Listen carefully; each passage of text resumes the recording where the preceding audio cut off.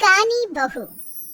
किशोरी लाल जी के बेटे राघव की शादी की बात जगह जगह चल रही थी, लेकिन किशोरी लाल जी को कोई लड़की पसंद ही नहीं आती थी और उसकी एक ही वजह थी, किशोरी लाल जी का लालची होना।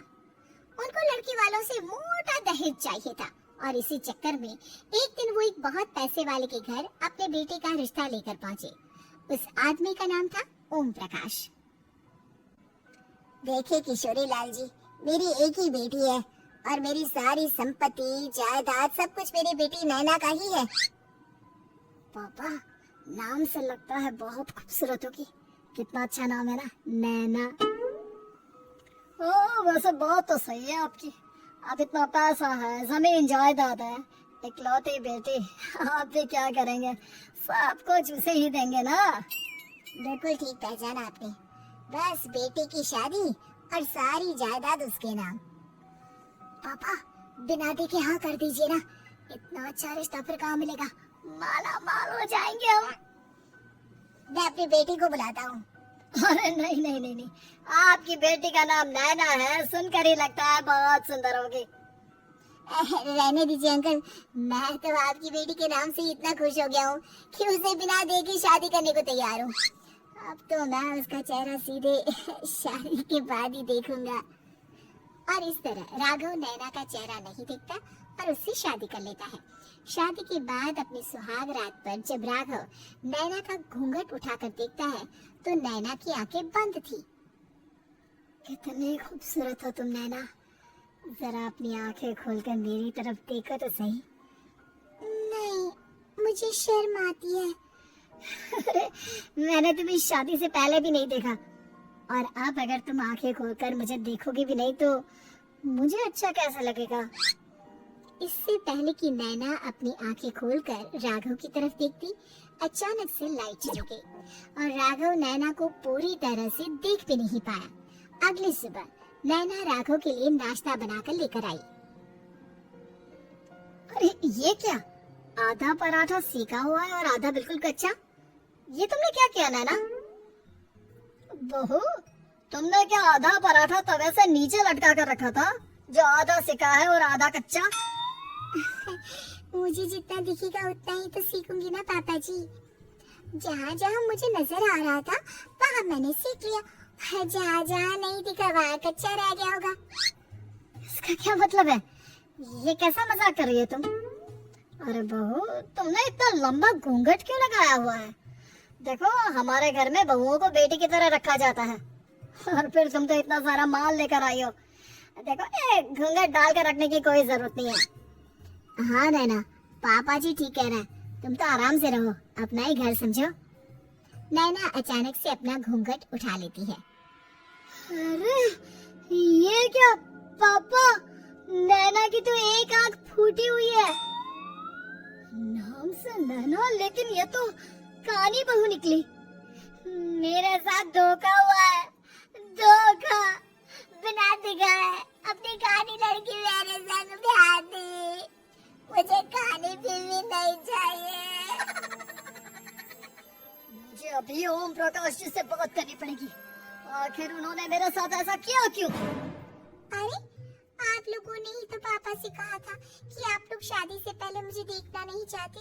अब मेरे पापा पर क्यों इल्जाम लगा रहे हैं? अरे लेकिन उन्हें बताना तो चाहिए था ना कि तुम कानी हो, एक आंख से तुम्हें दिखाई नहीं देता। किशोरी लाल और राघव नाराज होकर ओम प्रकाश को अपने घर बुलाते हैं।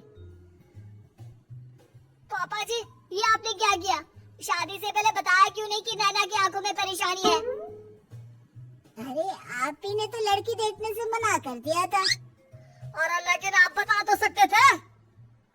आपको तो हमारी बेटी की प्रॉपर्टी चाहिए थी, वो भी पूरी की पूरी। अब क्या हुआ अगर उसे आधा दिखाई देता है? प्रॉपर्टी तो आपको पूरी मिल गई ना। और ये क्या बात हुई? मेरी शादी प्रॉपर्टी से नहीं, आपकी बेटी से हुई है। अब ये तो पहले सोचना चाहिए था। तब तो मेरी प्रॉपर्टी देखकर तुम्हारी जुबान लपलपा रही थी। लेकिन मैं कानी लड़की को अपनी बीवी बनाकर नहीं रख सकता। पापा, कुछ करिए ना। हाँ, करता हूँ। देखिए ओम प्रकाश जी, आप हमारे साथ ऐसा नहीं कर सकते। और तुम देखो, अगर तुमने मेरी बेटी से शादी तोड़ी ना, तो जो भी प्रॉपर्टी मैंने तुम्हें दी है वो तो पूरी की पूरी वापस ले ही लूंगा, और आधी प्रॉपर्टी तुम्हारी भी लूंगा। अरे मेरी आधी प्रॉपर्टी भला क्यों लेंगे आप? इसलिए क्योंकि मेरी बेटी को आधा नजर आता है और उसकी नजर अभी तक तुम्हारी आधी जायदाद पर ही पड़ी है। अब तुम उसे घर से निकालोगे तो कुछ तो लेकर जाएगी ना। और अगर हम आपकी बेटी को अपने घर की बहू बनाकर रखे तो? तो तुम्हारी पूरी प्रॉपर्टी तुम्हारी ही रहेगी, और जो मैंने तुम्हें दिया है ना, उसमें से बस मैं आधा लेकर जाऊंगा। अरे लेकिन अब आप अपनी दी हुई प्रॉपर्टी में से आधी वापस क्यों लेकर जाएंगे? अगर मैं आपकी बेटी को अपनी पत्नी बनाकर रखने को तैयार हूँ तो? इसलिए ताकि भविष्य में अगर तुम मेरी बेटी को धोखा दो तो उसके पास कुछ तो रहे जो पति का हो। वैसे मेरे पास तो बहुत कुछ है, लेकिन अपने पति की कोई निशानी तो उसके पास होनी चाहिए ना। अब अगर तुमने मेरी बेटी को कहानी कहा तो तुम्हें प्रॉपर्टी भी कहानी ही मिलेगी, पूरी नहीं। जमाए राजा। किशोरी लाल और राघव समझ चुके थे कि वो बुरी तरह फंस चुके हैं और अब उनके पास वहाँ से निकलने का कोई चारा नहीं है। अब समझ में आया ना, लालच बुरी बला होती है।